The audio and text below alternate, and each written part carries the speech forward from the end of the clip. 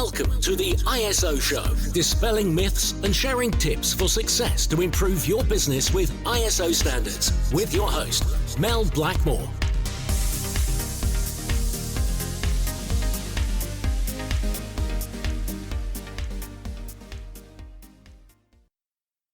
Hi and welcome to the ISO Show. If you're wondering where to begin with proving your environmental credentials, a great way to do this is to implement ISO 14001, which is a world-leading standard for businesses on environmental management. Now, in the last episode, I shared with you what an environmental management system is. So if you haven't heard that yet, I'd recommend that you do so before you listen to this one, because it's essential listening. It provides an overview on what an environmental management system is, which is really important if you're looking to implement ISO 14001. So in this episode, I'm going to just provide a high-level overview of ISO 14001. But if you'd like to get all the resources on implementing ISO 14001, then the ISOlogy Hub membership is the place to go.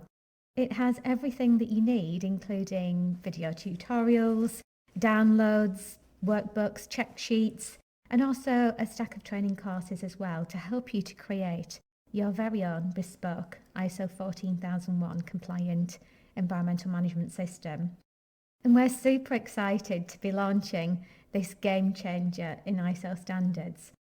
So if you don't want to miss out, go over to the membership site, which is www.isologyhub.com, to join the waitlist and download our free ISO standards blueprint, which provides you with all the information that you need on the key steps to plan, create, launch, and get certified to an ISO standard.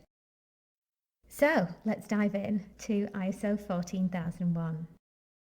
So I'm just going to give you an overview on what ISO 14001 is, which includes, the purpose of the standard, why it exists, to also give you an overview on the structure, so the key clauses, which is really helpful if you are looking to implement the standard, because I'll highlight which are the auditable clauses that the assessor will go through during your assessment. And I'll also just share with you some of the key principles of the standard as well. And then finally, I'll just provide an overview on the key benefits of the standard ISO 14001. So let's start right back at the beginning then with a key purpose. So at the end of the day, this standard is a specification. So it's a document that you can purchase online, which provides a framework for actually building an environmental management system. Well, not so much building it because it doesn't tell you how to implement it, but it does provide the structure with what to include in your environmental management system. And I'll come on to that in a moment. Ultimately, this framework helps an organisation to improve its overall environmental performance and provides a sound basis for any sustainable development initiatives that you've got within the organisation. And of course, it's designed to embrace continual improvement and enhance operational performance, which is similar to any other ISO standard. So if you've already got an ISO standard in place, the chances are that you're in a really good position to integrate the elements of ISO 14001, because there are quite a lot of similarities and they're all based on continual improvement for your business. So in terms of the structure, again, similar to other ISO standards. So if you've heard some of my other podcasts on other standards, such as ISO 9001, way back when, which I think was in 2019, the first 3 clauses within the standard aren't actually auditable. And it's from clause 4 to 10, which are the aspects that you need to include within your environmental management system. So I'll just run through those very briefly with you. Clause 4 is all about understanding your organisation and its context. So looking at the needs and expectations of your interested parties when it comes to environmental management. So they could be employees, clients, suppliers, other stakeholders. It could be a parent company. And you determine what your scope of your environmental management system is. And I've actually got a podcast that's going to be coming up shortly on how to define your scope of your environmental management system. It also includes leadership commitment. So that's the next clause, clause 5. So this is all about having an environmental policy statement in place, identifying your organisational roles, responsibilities and authorities. So you can then move on to the next stage, which is the planning stage, clause 6, which is all about addressing actions to mitigate risks and also enhance your opportunities as well. So from that, you can then deduce objectives. And within this part of the standard, this is where you're looking at your environmental aspects. So it could be energy, water, waste, and looking at the impact of that on the environment. Okay, so that's the planning stage. So you know exactly what your baseline is in order to be able to then initiate improvements to reduce your environmental performance. So that's all in clause 6. Clause 7 is called support, and that's actually around things like resources, both physical, processes, people, facilities, competence. So again, that comes back to the people aspect of the standard. Awareness, making sure that all employees are aware of your environmental commitment and environmental controls. Communication, so what are your communication channels with your interested parties? And of course, making sure that you've got the necessary documented information in place as well. Clause 8 is all about operations. So these are your operational controls for reducing your environmental footprint, and also having controls in place for things like emergency preparedness and how do you respond to an environmental incident. So that could be if you've got chemicals on site and if there is a spillage, looking at the controls, the operational controls for dealing with that type of scenario. Other examples of operational controls could be things like recycling programs in terms of replacing lights with LED lights. And yeah, there are lots of different types of initiatives that you can take on operational controls, which will include things like switch off campaigns, just making sure that everybody's clear on environmental management within your business. So it could be something to do with your travel, use of paper, use of printers, and you don't necessarily need to have separate documented procedures for those. They could be integrated with other key processes within your business that you might have, like a staff handbook, for example. And then moving on to the last two clauses. So number 9 is performance evaluation. So once you've got your operational controls in place, it's really important that you evaluate the effectiveness of those controls. So having mechanisms in place to monitor, measure, analyse and evaluate your environmental performance will mean that you are in a position to continually improve.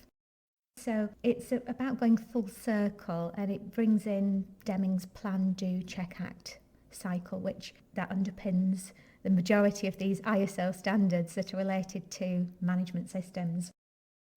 And the other aspects there are internal audits, which is all about, again, reviewing the performance, looking at compliance, looking at checking that you are legally compliant as well with environmental legislation, and of course, management review. So again, if you're familiar with other ISO standards, management review won't be new to you. But for those of you that aren't familiar with ISO standards, this is a way of checking the performance of your system. And this can be done periodically. This is determined by your business. How you do this management review is entirely up to you. Some businesses will still have a traditional type of meeting. Others will have PowerPoint presentations where all of the data is collated and then that's reviewed by senior management and feedback is given. In some cases now, businesses are using Loom to record video updates on different areas of the business in terms of environmental management. So it's entirely up to you, ultimately. It's how your business operates and how you review the performance of your business. You want to try and integrate that within that culture and the way that you run your business. And then finally, improvement clause 10. So this is where you can identify where there may be variances in processes, there may be deviations when it comes to monitoring and measuring results. That's only normal.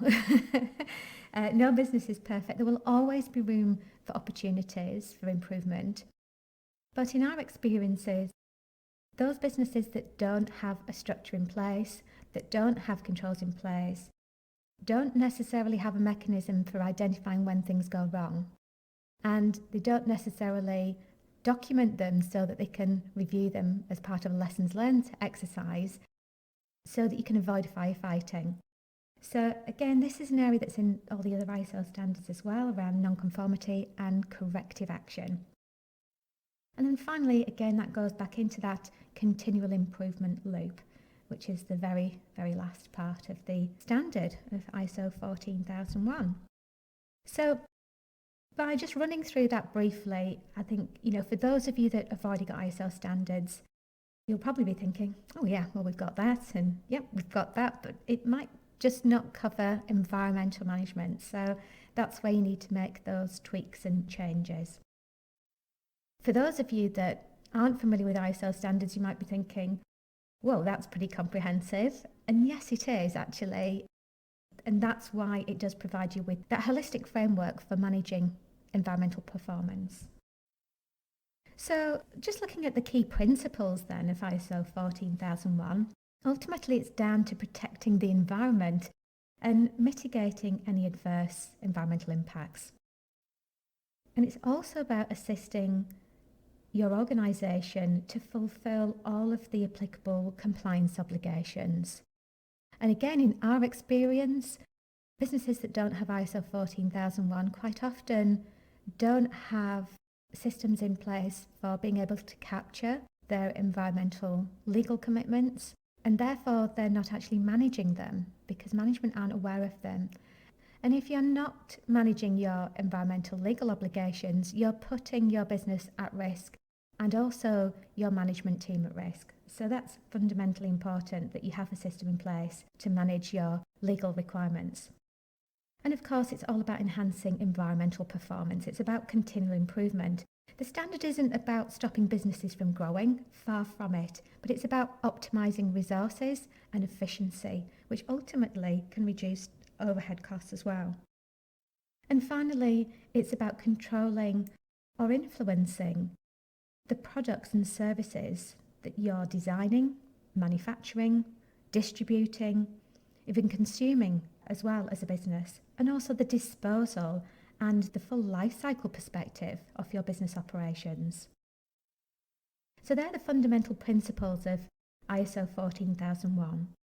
Now, if you're looking at achieving certification to this standard, you really do need to focus on clauses 4 to 10 of the standard, because they're the elements that are implemented within your business, and they're the areas that the independent third-party certification body will be looking at when it comes to your stage 1 and stage 2 assessment. But of course, there's a lot more advice and information on that over in the ISOlogy Hub.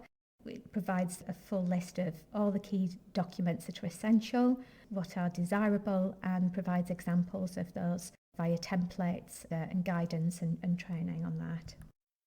So just finally then, to wrap up, what are the benefits of ISO 14001? Well, it does lead to reduced costs due to less wastage. It does provide simplified and effective documentation, so you don't need to create a huge manual to implement ISO 14001. Far from it. Really simple but effective documentation is the way forward. And many businesses want to achieve ISO 14001 because it does lead to improved sales and marketing opportunities. So in some cases, ISO 14001 is being pushed down that supply chain, and it is a mandatory requirement if you want to bid for work in certain industries. Because you're actually defining who does what, where, when and how, you're automatically improving communication. And as a result of that, it can fast track your environmental performance and also improve morale company-wide. And then finally, I think, the other benefit is actually getting the badge. So a lot of businesses want that badge. They want the symbol that represents an internationally recognised environmental standard, which of course there is the one and only ISO 14001. And that symbol can be used in many different ways, whether it's on proposals, on websites, on business cards, on vehicles. In some countries, I've noticed actually that it's on the signage outside their buildings as well. So it's entirely up to you how you make best use of achieving ISO 14001 and the symbol that represents. Thank you very much for listening today. If you'd like all the resources needed to implement ISO 14001 yourself, or if you'd like to join one of our ISO 14001 6-month coaching programs, we've got 7 places available. So head over to the ISOlogy Hub to find out more and also to download your free ISO Standards Blueprint. So I look forward to catching up with you on the next episode, where I'm going to be sharing with you how to plan your ISO 14001 implementation project. So until then, I look forward to catching up with you on the next ISO show.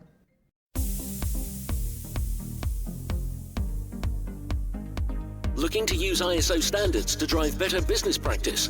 Contact us at blackmoresuk.com to access further information and book your free 15-minute call.